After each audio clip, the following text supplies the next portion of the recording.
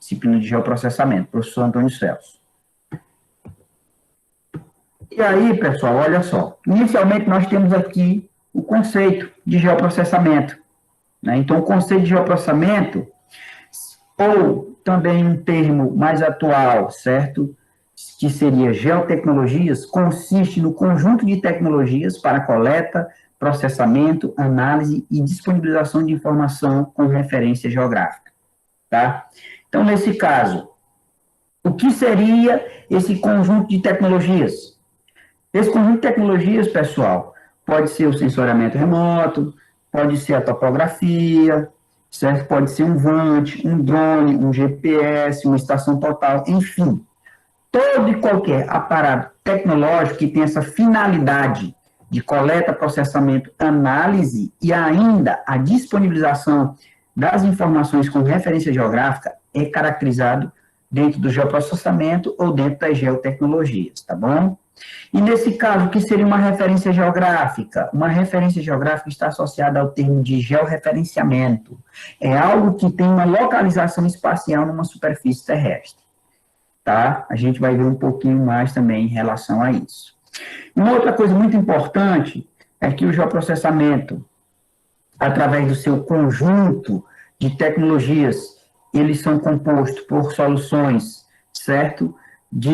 Tem que ter aparato tecnológico associado a computador, associado a softwares, a programas e associado a pessoas, certo? Que tudo isso eles vão estar dando suporte a essas tecnologias através do seu manuseio para justamente fazer a coleta, o processamento, a análise e a disponibilização dessa informação, certo? Geográfica, georreferenciada, tá bom? E o geoprocessamento, ele tem uma finalidade principal, e ele dá o suporte para uma tomada de decisão. Por exemplo, supondo que a gente tem aqui uma imagem obtida através de um satélite. E aquela imagem, ela de fato mostra uma determinada área da região amazônica.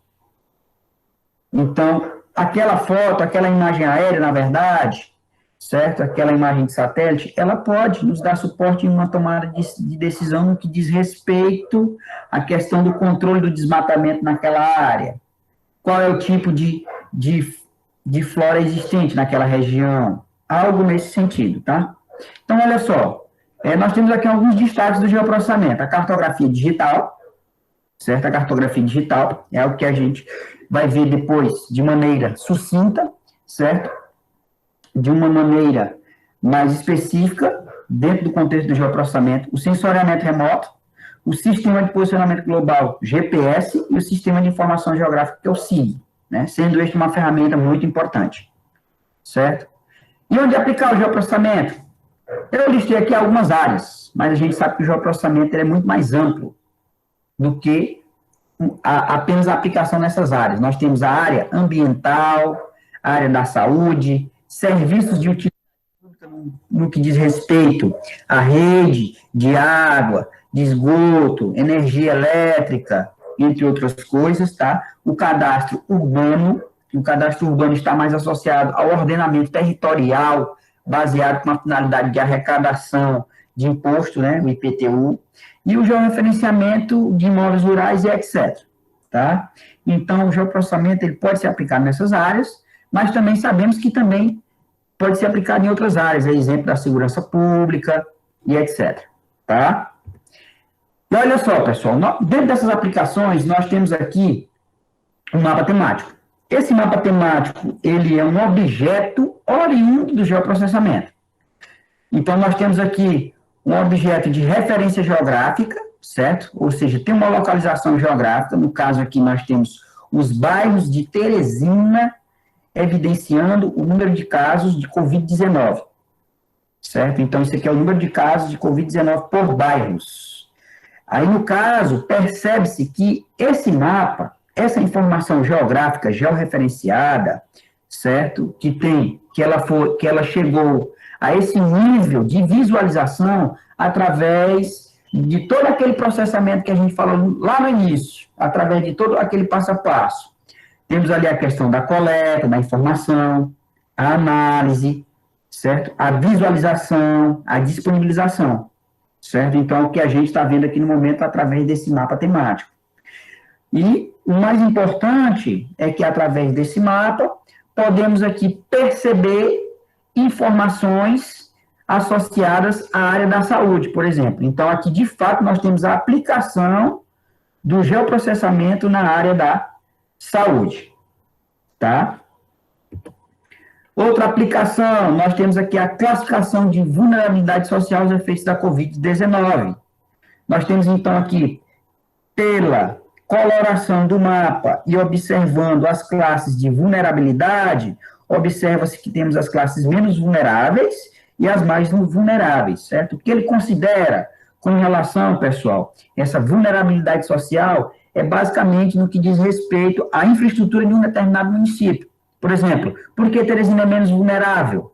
Porque ela tem uma estrutura maior, no que diz respeito principalmente no que diz respeito principalmente à estruturação de hospitais, certo? Uma malha viária de transporte, entre outras coisas, tá bom? Então, isso aqui também já é um mapa, que ele traz uma informação oriunda do geoprocessamento, e além disso, observa-se que já serve para alguma tomada de decisão, né? Já serve para alguma tomada de decisão.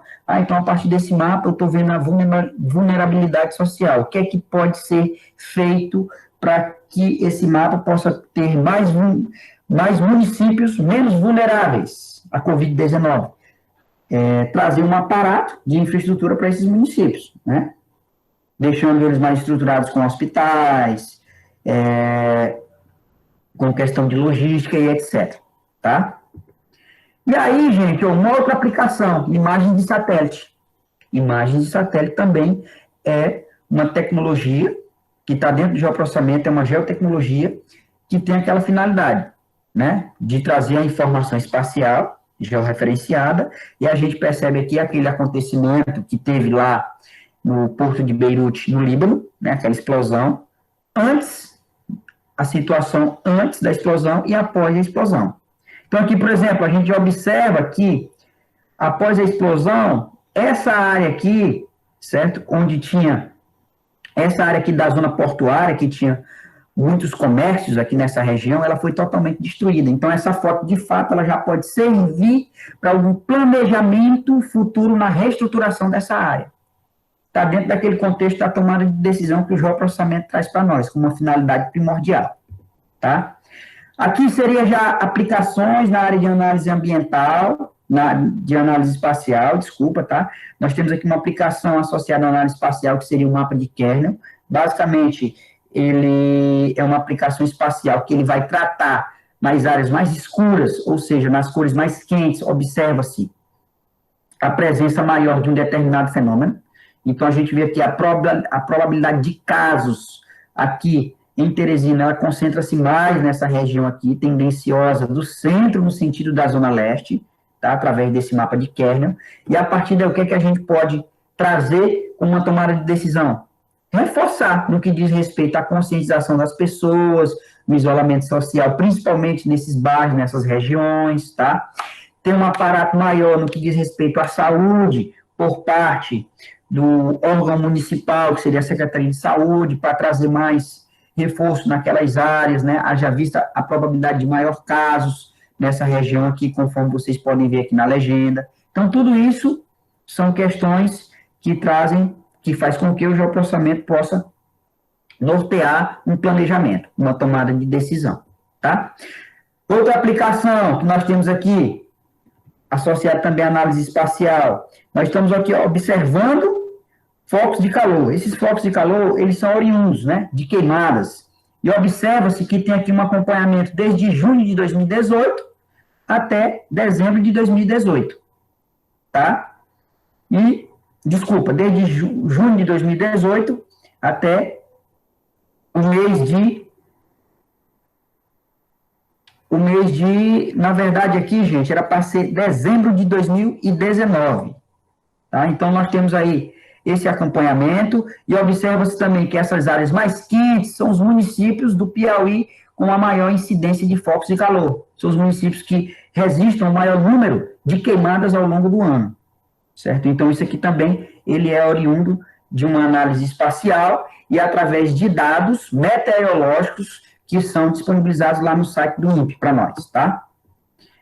E aí, pessoal, nós temos também outras aplicações que seria com relação à consulta a banco de dados. Consulta a banco de dados. Aqui eu tenho, por exemplo, um imóvel rural georreferenciado, localizado espacialmente, e ele apresentando todas as suas características no que diz respeito ao nome do imóvel, se aquela área foi certificada, qual é o registro dela, qual é a matrícula dela, qual foi a data da submissão do registro daquele imóvel rural. Então, tudo isso são informações também que já serve como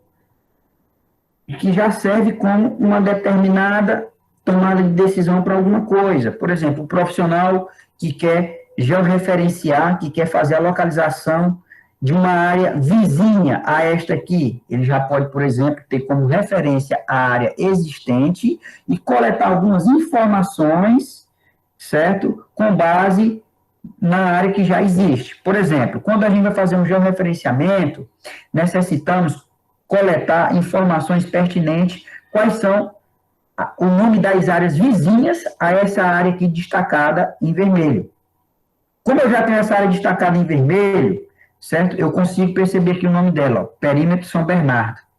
Então, se eu quiser fazer um georreferenciamento de uma área ao lado dessa área aqui destacada em vermelho, eu já sei que um dos meus vizinhos vai ser o Perímetro São Bernardo. Então, já facilita bastante saber qual é o nome da área e colocar lá no nosso chamado memorial descritivo, tá?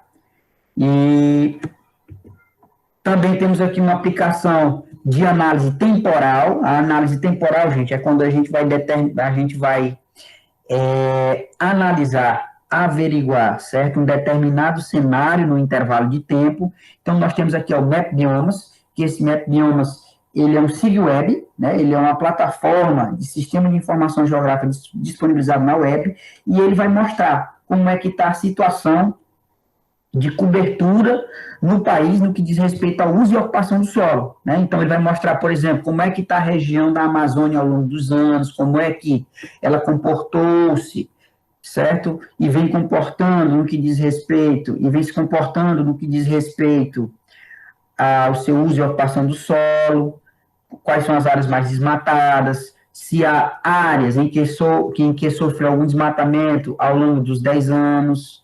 E esse banco de dados, ele traz toda a informação, essa análise temporal para todo o país. Tá? Isso é muito importante no que diz respeito quando se quer trabalhar o planejamento urbano, planejamento rural, certo? Quando se quer também observar alguma coisa pertinente na lei vigente.